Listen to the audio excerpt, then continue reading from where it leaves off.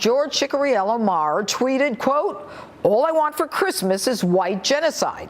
Chickariello-Maher then doubled down in another tweet, writing, quote, "To clarify, when the whites were massacred during the Haitian Revolution, that was a good thing indeed." The university was quick to criticize its professor, releasing a statement that reads in part, "Professor Chickariello-Maher's comments are utterly reprehensible, deeply disturbing, and do not in any way reflect the values of the university."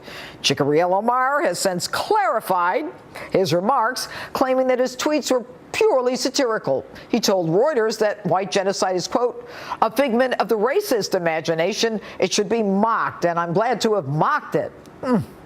Joining me now for reaction, our psychology expert, Dr. Gina Loudon, Trump Transition Team Executive Committee member, and Reverend Darrell Scott, and Turning Point USA founder, Charlie Kirk. All right, I'll start with you, Dr. Loudon. What is going on? Is this satirical, or is this rhetorical, or is this real? I don't know about you, Judge, but this makes me realize, indeed, I spent far too much time in academia. It's a wonder you and I aren't as brainwashed as some of the folks that come out of that. But, you know, the good thing is at least this one particular academic was being honest about the level of radicalism that is prevalent in our universities today. So I kind of hope he keeps tweeting. I think it exposes what the left is really all about these days. All right. And Reverend Darrell Scott, what do you make of this? I think maybe, first of all, the guy had too much eggnog to drink over the holidays and got in front of the computer, and his hands didn't sync with his brain. And then he realized the enormity of what he said, and he tried to dial it back. But he needs to be fired. That's what needs to happen. But what about the First Amendment? Let's talk about that, Reverend. A lot of people agree with you. But what about the First Amendment? Well, he has a responsibility. You know, sometimes when you take certain public positions, you abrogate your First Amendment liberties. I mean, you have liberty, but you shouldn't take license. You have to have a responsibility to those that are under your sphere of influence, so as you just don't say anything because of the fact that you can influence people in a negative way. This guy needs to get fired from his job. That's what he needs to get. Maybe he can start his own school or something. And Charlie Kirk, I mean, you've been talking about campuses for a long time. I imagine there are a lot of students who today agree with him.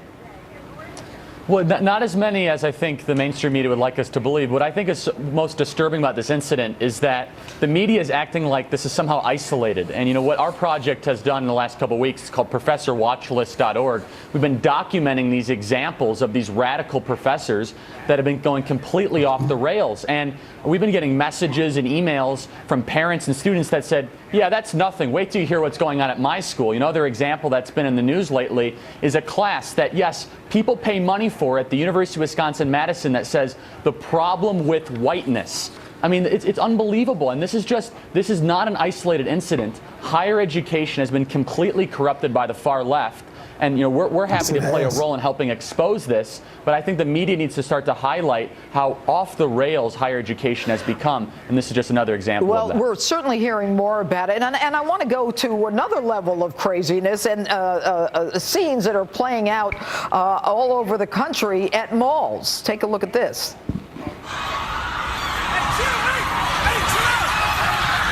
And as you can see, I mean, there are all kinds of fights, hysteria, reports of gunfire at malls across the country.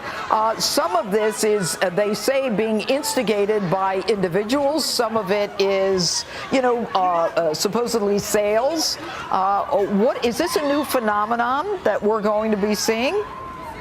I'll start with Dr. Loudon. Well, this is a mob mentality. This is similar to the same anonymity people feel they have when, for example, they get on Twitter and they spew their rhetoric, and then people join in thinking, well, nobody really knows who I am. If you have two people in a store, Judge, and they both want the same item, you're not going to see this sort of fighting because there's only two people. But when you have a mob like that, there tends to be a feeling of anonymity psychologically in those numbers. And so people act completely differently than they might act if they knew they were going to ever be identified. So I think that beginning to call these people out and to identify them individually might help a little bit. But these are the reasons why many of us sadly shop online, and why the reason why merchants all over the country in some cases are really hurting these days, because people don't want to encounter this if they go to a mall. All right, and Reverend Scott, you know, there's a lot of talk about liability in situations like this. You know, we've got SWAT teams responding, police are responding, reports of gunfire. I mean, what do malls have to do, to stop this? I mean, all of this for the sake of a few bargains, and at the end of the day, there's only two things available? Yeah, and actually, it's for the sake of a Facebook post or a Twitter post, because people do this and instigate this just so they can get likes or whatever on Facebook. It seems as if rioting has become fashionable in America, and it was promoted by the left. We know that, and it's become fashionable. And you know, we have the powers that be that are slow to criticize it and act as if we're exercising our American right to riot, and it's getting out of hand, and it's gotten out of hand. And store owners are going to take necessary precautions, and then they're going to be accused of profiling, they're going to be accused of racism, simply because there's a certain demographic, there's a certain collective that are usually behind all of this rioting. All right, and then and when Charlie? they take precautionary measures against it, they'll be criticized for it. Charlie, what would you say the demographic is? Is it young people behind this kind of thing, getting their rocks off here? It's mostly young people, but I'll have to say, in the last 24 hours, Amazon Prime subscriptions, I bet, went up through the roof. I mean, the more that people keep on seeing this, malls are already as enjoyable as it is during the holiday season. People see this, they're just going to get behind their laptop and keep on using Amazon and these digital online shopping. And I do agree with the previous comments that say rioting and this kind of behavior is now kind of glorified through social media. It's a way to get a couple cheap likes and become an instant celebrity, but it needs to be locked down immediately. All right, thanks so much. And coming up, after the terror